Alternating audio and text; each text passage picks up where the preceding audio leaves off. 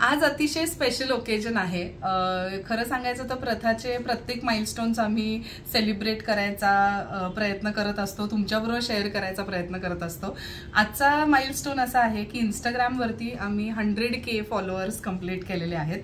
सगळं तुमच्या सगळ्यांच्या प्रेमामुळेच झालेलं आहे. आमच्या व्हिडिओजची कन्सिस्टन्सी आम्ही ठेवली आहे एवढंच, पण साड्यांवरती भरभरून तुम्ही सगळ्यांनी प्रेम दिलेलं आहे. आजचं कसं सेलिब्रेट करावं हे ओकेजन आणि काय करावं खास ह्याच्यासाठी मी विचार करत होते आणि मग मला ही कल्पना सुचली की आज जी व्यक्ती माझ्याबरोबर माझ्या मनात प्रथा चालू करावा अशी आयडिया आली, साड्यांचा बिझनेस चालू करावा ही आयडिया आली, तेव्हापासून मग ते ब्रेनस्टॉर्मिंग करणं, मग पहिली साड्या शोधायला जायला पहिली साऊथ इंडियाला जी ट्रिप केली तिथे माझ्याबरोबर येणं आणि आजपर्यंत प्रथाबद्दलचे मला सल्ले देणं, माझ्या चुका काढणं आणि प्रत्येक ओकेजन सेलिब्रेट करणं, ह्याच्यामध्ये एक जी व्यक्ती कायम माझ्याबरोबर आहे ती व्यक्ती आज मी इथे आणलेली आहे. आणि प्रथाच्या व्हिडिओजमध्ये मला नाही वाटत आतापर्यंत ह्या व्यक्तीचा अपिअरन्स आहे. सो सगळ्यांनी आपण वेलकम करूयात माझी आई शुभांगी कोपरकर. आई, तुझा डेब्यू आहे आज प्रथाच्या सोशल आनंदाची गोष्ट आहे. प्रथाच्या सोशल मीडिया चॅनेल्सवरती आईचा डेब्यू आहे आणि मला असं वाटलं की हे ओकेजन आई बरोबर सेलिब्रेट करावं. आणि आई अशी व्यक्ती आहे जिला असं खूप केक कटिंग किंवा अशापेक्षा गप्पा मारणं, काय आठवणींमध्ये जगणं आणि आठवणी ताज्या करणं हे जास्ती आवडेल.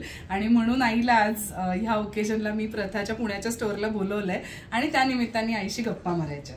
सो मलाही खूप आनंद झालाय, म्हणजे गप्पा मारायच्यात म्हणून. आणि मेन आई ॲज युजल आई प्रथाची साडी नेसून आली आहे. सो हे तिला सांगावं लागतच नाही. तिच्याकडे भरपूर प्रथाच्या साड्यांचं कलेक्शन आहेच आणि ती कायम सुंदर साड्या नेसते आणि सुंदर पद्धतीने नेसते आणि मस्त कॅरी करते. तशीच ही आजची तू टसर प्रिंटेड टसर माझा सगळ्यात आवडलेला प्रकार आहे.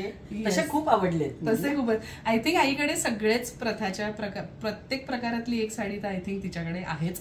आणि आज थोडंसं क्वेश्चन आन्सर करूया आपण पाहिजे तर. आई टीचर प्रोफेसर असल्यामुळे तिला क्वेश्चन स्टुडंट्सना विचारायची सवय. आज मी तिला थोडे प्रश्न विचारणार आहे प्रथाबद्दलचे.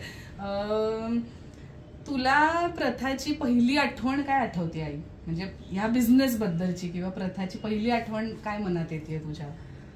पहिली आठवण अर्थातच पहिला आपला प्रवास साड्या खरेदी करण्याचा, जेव्हा आपल्याला फार कमी माहिती होतं खरं तर. आणि कांचीपुरमला आपण गेलो होतो आणि त्या सगळ्या अशा गल्ल्या बोळांमधनं त्या विणकरांच्या घरांमध्ये आणि तिथे ते हातमाग लावलेले आणि पहिल्यांदा मी ती पंच केलेली डिझाईनची कार्ड्स वगैरे बघितली. आणि मग फिल्टर कॉफी पीत कुठल्या साड्या घेऊया, कुठला स्टॉक आपल्याकडे असला पाहिजे, ते मी कधीच विसरू शकत नाही. येस, माझी पण खरं मला विचारलं तर माझी पण ती सगळ्यात फेवरेट मेमरी आहे प्रथाबद्दलची.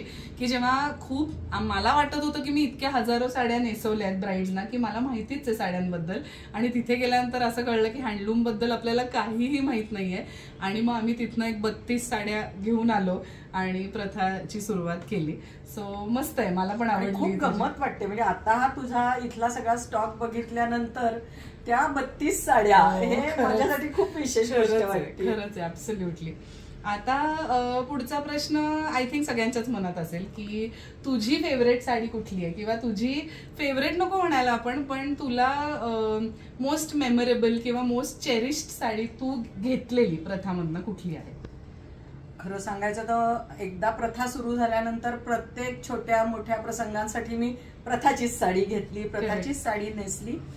पण अर्थातच माझा जर अगदी एक हृदयातला असा एखादा क्षण असेल तर तो म्हणजे मी प्रथाची जी सॉफ्ट सिल्क साडी माझ्या लग्नाच्या 40व्या अॅनिव्हर्सरीला आमच्या लग्नाच्या सॉफ्ट सिल्क इकत होती.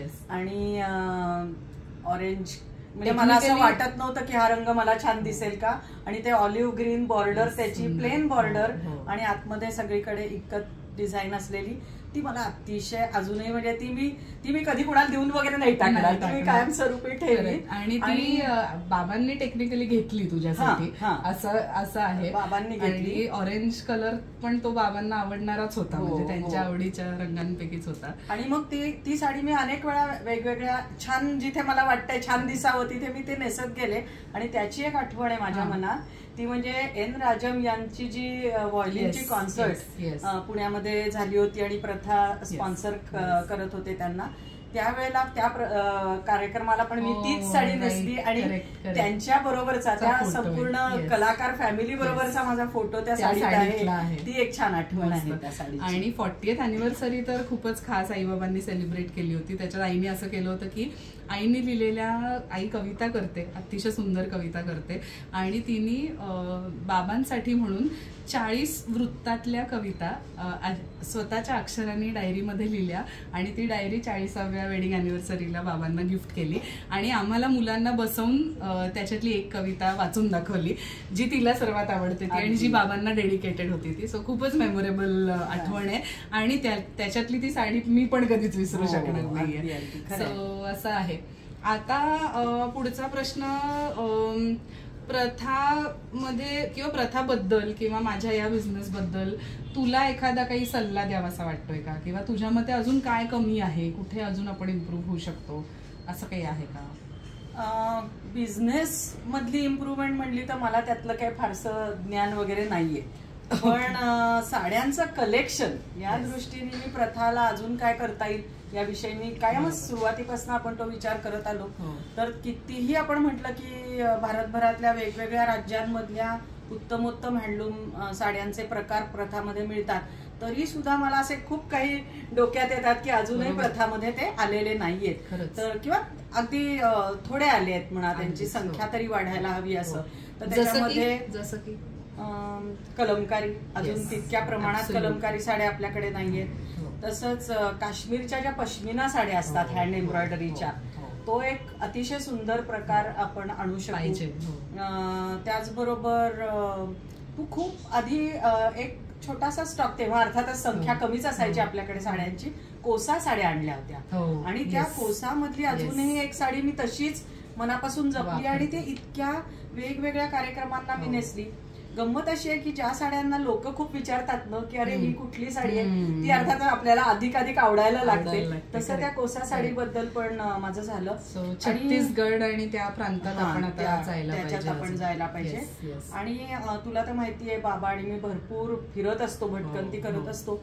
तर मध्यंतरी आम्ही जेव्हा ओरिसाची ट्रिप केली ना, तेव्हा मला पुन्हा एकदा असं वाटलं की ओरिसाच्याही साड्या आपल्याकडे माझ्या लिस्टवर आहे. संबळपुरी साड्या आणि ओरिसातल्या एकंदरीतच, ओरिसामध्ये पण इक्कत खूप जास्ती प्रमाणात आहे. आता आपल्याकडे पोचमपल्ली इक्कत आहे, सॉफ्ट सिल्कच्या इक्कतच्या साड्या आहेत, पटोला साड्या असू शकतील, पण ओरिसातलं एक इक्कत पण तिथलं सिल्क एक वेगळ्या प्रकारचं सिल्क आहे, तर त्या पण असाव्यात असं मला तुम्हाला कळत असेल. माझं साड्यांचं नॉलेज हे कुठे कोणाबरोबर ब्रेनस्टॉर्मिंग करून आणि कोणाकडनं शिकून येतं हे लक्षात येत असेल की तिलाच एवढी माहिती आहे साड्यांची, आणि माझ्या बरोबर प्रथा चालू केल्यापासून तिने तेवढाच अभ्यास केलाय साड्या. आणि कदाचित त्याच्याही आधीपासून ब्राईड्सना साड्या नेसवताना सुद्धा आपण त्याविषयी चर्चा करायचो कायम कायम. आता एक गंमतशीर प्रश्न की तुला एखादा आपल्यातला प्रथा चालू केल्यापासूनच, आता ऑलमोस्ट 10 वर्ष होणार आहेत पुढच्या वर्षी, पण असा आपल्या दोघींमधला एखादा वाद झालेला किंवा काहीतरी आपल्यात टिफ झाली आणि आपण डिबेट केलंय, त्याच्यावर आर्ग्युमेंट केलं, असं काही आठवतंय का? मला आठवत आहे. हा प्रश्न फार भारी आहे बरं का. याचं कारण असं आहे की खरोखरी तुझं आणि माझं कधीही काहीही असं क्रॉस झालंय, भांडण झालंय, कणभर वाद किंवा काही फ्रिक्शन कधीच आयुष्यात झालेलं नसताना प्रथामुळे एक माझ्या मनात काहीतरी नाराजी तुझ्याबद्दल निर्माण झाली, जी मी तुझ्याजवळ व्यक्त पण केली. मी त्याला भांडण म्हणणार नाही किंवा वाद म्हणणार नाही, तसं आपलं कधी झालं नाही, पण माझी नाराजी, आणि मी ती चक्क असं पत्र बित्र लिहून, चिठ्ठी लिहून तुझ्यापर्यंत पोहोचवली होती. ते असं होतं की जेव्हा ठाण्याला पण आता शोरूम सुरू करायची आणि जेव्हा की पुण्याच्या भव्य शोरूमला 1 वर्ष पण झालेलं नाही, 6च महिने झालेत, तेव्हा तू हा विचार जेव्हा बोलून दाखवलास तेव्हा म्हटलं बाई ग, अगं इतक्या छोट्या मुली आहेत तुझ्या, आता त्यांना वेळ देण्याची वेळ आलेली आहे आणि किती धावपळ करायची, म्हणजे स्वतःच पण खूप त्याच्यामध्ये ओढाताण होते. आपण यांना वेळ द्यायचा का त्यांना वेळ द्यायचा हे कळत नाही. तर प्लीज तू नको ते ठाण्याच्या शोरूमचं मनात घेऊ. आणि अर्थातच तुझ्या स्वभावाप्रमाणे आणि तू तुझ्या बाबांवर गेलेली असल्यामुळे तू ते शांतपणे बाजूला ठेवलीस ती चिठ्ठी आणि मग मला कळलं की ठाण्याच्या शोरूम साठी जागा घेतली आहे आणि मग आता इंटिरियर चालू झालंय वगैरे वगैरे. त्याच्यात तुला डिसरिस्पेक्ट करणं हा हेतू नव्हता, पण तू काही सांगितलेल्या गोष्टी मी काय म्हणायचं त्याला अंमलात आणण्याचा प्रयत्न केला की मुलींना थोडा अजून क्वालिटी टाइम दिला पाहिजे किंवा आपल्या हातचं काहीतरी भरवलं पाहिजे किंवा. पण मला खरं सांगू का कविता, मला अतिशय अभिमान आता असं वाटतो की जरी मी माझीच नाराजी झाली होती किंवा मला एक प्रकारची अशी धाकधूक होती की आता कसं होणार हिचं, किती धावपळ होणार, मुलींना कसा वेळ देणार, समीरला कसा वेळ देणार.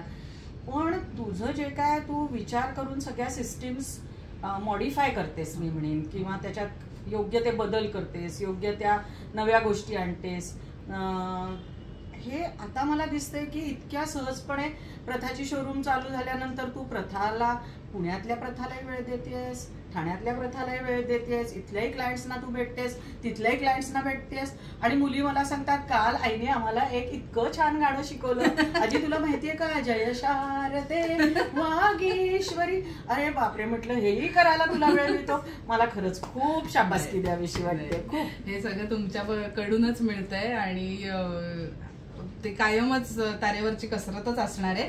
पण बाबांनी एक शिकवल्याप्रमाणे की सिस्टीम सेट केल्या तर जमू शकतं, ते त्या सिस्टीम सेट करण्याचा मी प्रयत्न.